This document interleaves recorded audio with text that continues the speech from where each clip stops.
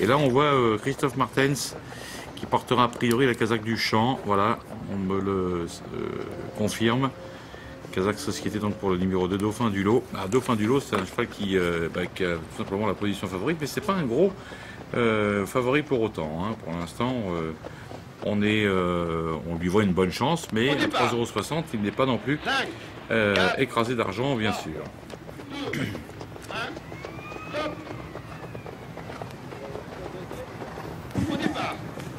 Alors Jeff, justement sur ce numéro 2, Dauphin du Lot, Christophe Martens me disait que ses débuts étaient probants avec ce succès.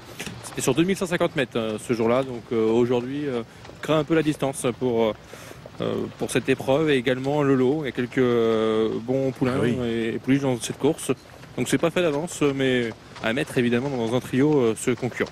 D'accord, là on voit le numéro 3 d'Harold de Deep, Michel Anquier. Un cheval proposé à la cote de 28 contre 1 maintenant. Il a bien couru à plusieurs reprises sur un hippodrome qui a l'air d'affectionner particulièrement, c'est celui d'Agen. On est sur un parcours corde à droite à Agen, ce qui n'a rien à voir avec l'exercice de ce soir. Et là on est sur le numéro 8, Derby d'Ovrecy à nouveau en pleine action, accompagné par Dreamatou, le numéro 6. Alors, Derby d'Ovrecy, Jeff, oui. Le numéro 8. Michael Rio, son entraîneur, nous avait confié juste avant sa course, son échec, entre guillemets, cette 6e place, que le poulain avait connu un petit souci de santé. Derrière donc, cette 6e place, il m'a dit c'est rentré dans l'ordre. Aujourd'hui, au 25 mètres, c'est vraiment pour bien se rassurer en vue d'une prochaine course. Donc à suivre vraiment de très près ce numéro 8, Derby de Rossi pour la prochaine fois. Et le 6, Dreamatou, Jonathan Kioc, son driver, m'a dit c'est un poulain qui est très sérieux et qui cherche à ouvrir son palmarès. Donc aujourd'hui, on y croit pour les premières places. D'accord, ben voilà, ça c'est intéressant de l'entendre, d'autant plus que le cheval a perdu la moitié de sa cote de départ, ce qui est quand même important. Et puis on voit la casaque de Jean-Michel Bazir portée par Divine Créature qui est présentée devant nous. J'aurais bien aimé qu'on revienne sur le numéro 4, si c'est possible, Divine Créature, pour qu'on la revoie un petit peu celle-là quand même, d'un peu plus près. Voir comment elle est aujourd'hui, elle qui avait gagné notamment sur les pommes de Caille à la fin du mois de janvier. Pour l'As, Destin de Brie, Romain Derieux m'a dit que c'était un poulain qui était sérieux. Il a le bonnet fermé une nouvelle fois. C'est vraiment pour une petite place, hein. Pas trop de marge pour la gagne. Il fait pas partie des meilleurs 3 ans pour l'instant. Pour le 3, Harold de Deep, il effectue une première course corde à gauche. Michel Anquier me dit que ça va être pas un souci pour lui. C'est un poulain qui a un peu de qualité. Donc voilà, on est ici à Cagnes pour faire quand même une bonne sortie. Et puis le 9, Diane du Châtelet qui a couru l'autre lot, qui descend nettement de catégorie. Émeric Thomas m'a dit ça se passe bien en 25 mètres, mais sinon la pouliche est bien. Voilà, on revient sur l'élève de Jean-Michel Bazir. Merci à la réalisation cagnoise d'être réactive. Divine Créature, le numéro 4. Bon, moi je l'avais vu faire un début de canter tout à l'heure. Ça n'a pas l'air trop mal quand même. Hein. Elle a quand même beaucoup baissé à la cote. Elle a perdu la moitié tout simplement de sa cote d'ouverture. Une prise importante pour cette Divine Créature. Mais c'est vrai qu'elle n'a pas été derrière très transcendante, très percutante après sa victoire du 24 janvier. Elle a ensuite été disqualifiée, bon peut-être pas le juger là-dessus, puis ensuite elle a quand même fortement déçu, à Cagnes-sur-Mer toujours. Voilà, donc à travers cette prestation-là, on est un petit peu dubitatif tout de même si on l'a vu quand même déployer d'assez belles foulées, battues plutôt, sur la piste.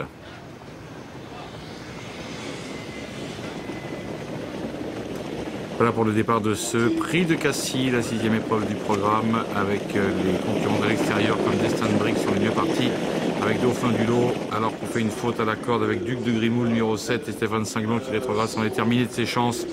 À la corde, on voit également Divine Créature qui se rapproche, tandis que le numéro 7, Duc de Grimoux, est disqualifié assez rapidement. Diana du Châtelet, le numéro 9, la concurrente de classe de ce lot, est partie donc à l'arrière pour l'instant. Elle rendait la distance avec Derby d'Ovrecy, le numéro 8. Et c'est vrai qu'elles se retrouvent l'une et l'autre tout de même à quelques longueurs. J'ai vu un cheval au galop derrière. J'espère qu'il ne s'agit pas de Diana du Châtelet, numéro 9. On va voir ça dans quelques instants. Non, c'est pas elle pour le moment. Elle est toujours à l'arrière du peloton. Et pas tout près. Avec toujours Destin de Brie et Dauphin du Lot qui abordent la ligne d'en face au commandement. Faute du numéro 5 d'Olga du Pomereux qui rétrograde beaucoup maintenant. Et on voit Divine Créature qui se rapproche bien juste derrière le numéro 6, Dreamatou, qui pour l'instant dans le peloton de tête. Positions qui n'ont pas varié. Destin de Brie, Dauphin du Lot, toujours là.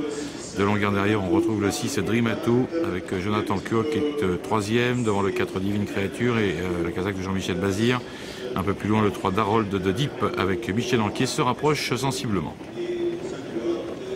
Le bout de la ligne d'en face, ils vont revenir vers nous dans quelques instants. Il n'y a pas de changement. Cette épreuve où 3 chevaux sont légèrement détachés du reste du peloton. Un beau retour de Dolga Dupomereux qui avait fait la faute tout à l'heure et que Sylvain Roger, son partenaire, cherche par tous les moyens à ramener sur le groupe de tête. Quand même qui se montre très méfiant car elle est susceptible, cette concurrente, et peut lui échapper à tout moment. À l'arrière du peloton, on aperçoit toujours Diana du Châtelet et Derby Dovrossi qui ferment toujours la marche avec un nouveau passage devant nous, donc sous l'impulsion de Destin de Brie, devant le 5 Dolga du Pomereux qui vient à l'extérieur très fort, le 2 Dauphin du Lot qui reste côté corde, devant le numéro 6 Dreamatou, puis on retrouve ensuite Darold de Deep et Divine Créature côte à côte pratiquement, devant le numéro 9 Diane du Châtelet, fermant la marche pour l'instant de ce lot avec Derby Dovrossi. Les concurrents sont passés donc devant nous. Rien n'est fait encore pour l'instant, avec le peloton qui est toujours conduit par Destin de Brie côté corde qui est bien placé.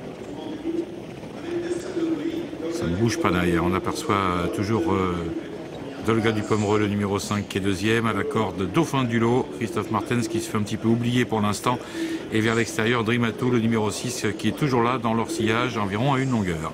À la corde et tournant au plus court depuis tout à l'heure, c'est Divine Créature, précédant le numéro 3 Darold de Deep qui est toujours bien placé, alors qu'on essaye de quitter les derniers rangs à cet instant avec Diana du Châtelet qui fait un remarquable effort complètement à l'extérieur, doublant ses adversaires un par un à la vitesse grand V. Bout de la ligne d'en face, c'est bientôt l'abord du tournant final avec Diana du Châtelet, la classe qui parle pour l'instant, qui prend l'avantage avec Émeric Thomas et qui font sur Destin de Brie le numéro 1 qui essaie de rester en contact.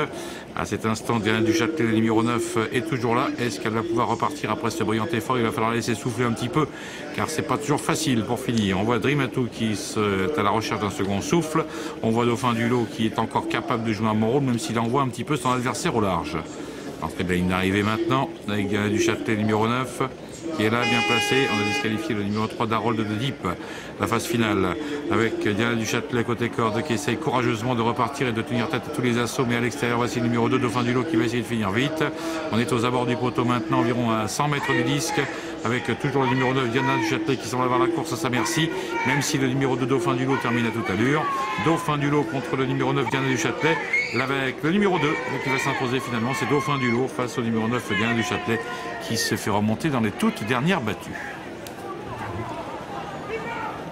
Merci Jeff pour cette 6e, le prix de Cassis, avec un retour magnifique du numéro 2, Dauphin du Lot, qui est aux abords du poteau, crucifie numéro 9, Diana du Châtelet. En tout cas, c'est le sentiment qu'on a ici sur ces images, avec Christophe Martens qui a cru jusqu'au bout. 3e place tout à la fin, donc pour le numéro 1. Et Destin de Brie pour ce trio de 9 et As. Écoutez, je ne pensais vraiment pas que Diana du Châtelet serait remontée par ce numéro 2 Dauphin du Lot. D'ailleurs, en parlant de remonter, sa cote est montée à lui à 4,10 €, une petite surcote pour un cheval qui avait quand même toutes les préférences de la presse pour beaucoup. Voilà, écoutez, un cheval qui gagne avec autorité. Il a fait quand même une très belle ligne droite, un très bon finish, parce qu'il a quand même été chercher cette Diana du Châtelet d'un courage extrême et qui a vraiment été remarquable jusqu'au bout. Donc il n'y a rien à dire de ce côté-là. Elle s'est battue comme une lionne jusqu'aux abords du poteau. Et n'oublions pas non plus qu'elle avait la lourde tâche de rendre 25 mètres au cheval qui s'est imposé aujourd'hui, ce qui n'est pas forcément facile. On en avait parlé tout à l'heure. À 1000 mètres de l'arrivée, il est encore parmi les derniers. Regardez, on va essayer de vous la flécher ici, donc vers l'extérieur. On change de plan assez fréquemment, désolé. Là, on aperçoit à la corde le numéro 1, Destin de Brie, qui est encore très opérationnel. Et puis les autres, le futur vainqueur, c'est Christophe Martens. Il est ici avec Dauphin du Lot. Dauphin du Lot qui laisse un peu passer l'orage au moment où le numéro 9, Diana du Châtelet, a produit une accélération terrible en face. Et bien Christophe Martens, lui, a préféré attendre encore un petit peu avec Dauphin du Lot. Il sait où est le poteau, Christophe Martens. Là, je veux dire, franchement, il ne donne pas l'impression d'être un gagnant potentiel. Mais en fait, eh bien, il faudra bien constater que son 3 ans va vraiment se montrer extrêmement dur et accrocheur. Et en plus, il a un bon coup de rein final, qui fait aussi la différence. Il a l'air d'être un cheval assez imposant quand même. Voilà, dans la ligne d'arrivée, la petite courageuse qui est ici, c'est Diana du Châtelet. Destin de Brie. Et à l'extérieur, Dauphin du lot, le numéro 2. Christophe Martens s'y a toujours cru. Et il est venu vraiment ajuster à la Charlie Mills, son rival. Voilà, ça c'est de la belle ouvrage en tout cas.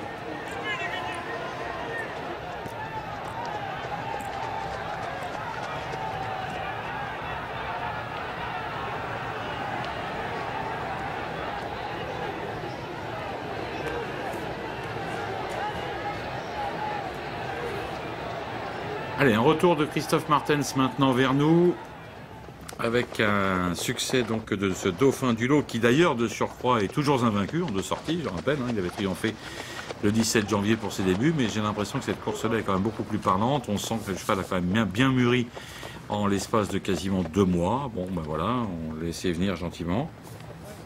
Un bon 3 ans de la maison Martens. J'ai trouvé qu'aujourd'hui il avait vraiment beaucoup d'efficacité dans le geste.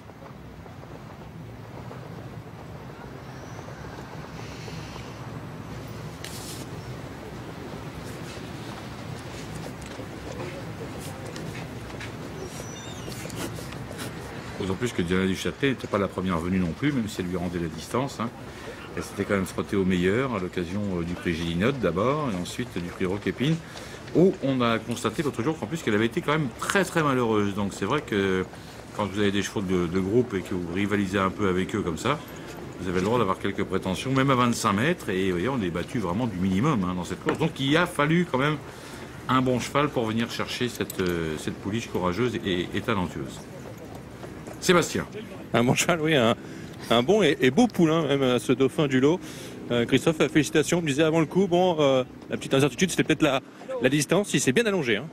Bah, j'ai eu le bon parcours. J'ai laissé passer Romain. Après, c'est vrai que le cheval d'Emeric, il est venu vite en face.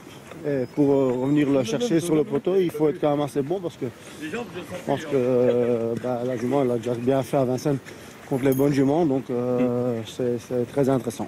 Vous l'avez trouvé beaucoup changé entre ses débuts victorieux sur 2100 et ici sur 2009? Oui, parce qu'après la course, il était un petit peu moins bien. Là, il retravaille très bien il y a 10-15 jours et c'est pour ça qu'on n'a pas hésité de recourir aujourd'hui. On va voir comment il a récupéré, si on veut courir la coupe ou pas. Mais bon, ce qu'il fait, c'est déjà très bien et c'est lui qui va décider tout ça. Dans la suivante, Burgos peut-il rééditer? Numéro 9, numéro 9, c'est pas évident. Il faut voir si on sort du piège. Je pense qu'il a la classe pour bien faire. Après, il faut toujours venir deuxième ligne, c'est jamais évident. C'est une question de parcours. Après, si ça se passe bien, il peut accrocher un lot. Et puis également un retour sur Broardo, qui a fait une belle ligne droite. Broardo, j'ai raté mon départ. Donc après, il y a 2 chevaux dans la course. Pour moi, ils sont en tête tous les 2. Le mien, je peux rien faire. Donc c'était fini. Après, avec pas beaucoup de train en plus. Voilà, il n'y a pas de train. Premier kilomètre en 20. Donc j'ai fait la ligne droite. Voilà, on n'avait plus que ça à faire. Hein. Très bien, merci Christophe, bravo. Et oui, un Burgos qui est passé favori pour cette 7e course, le prix Peace Corps. Encore 3 courses.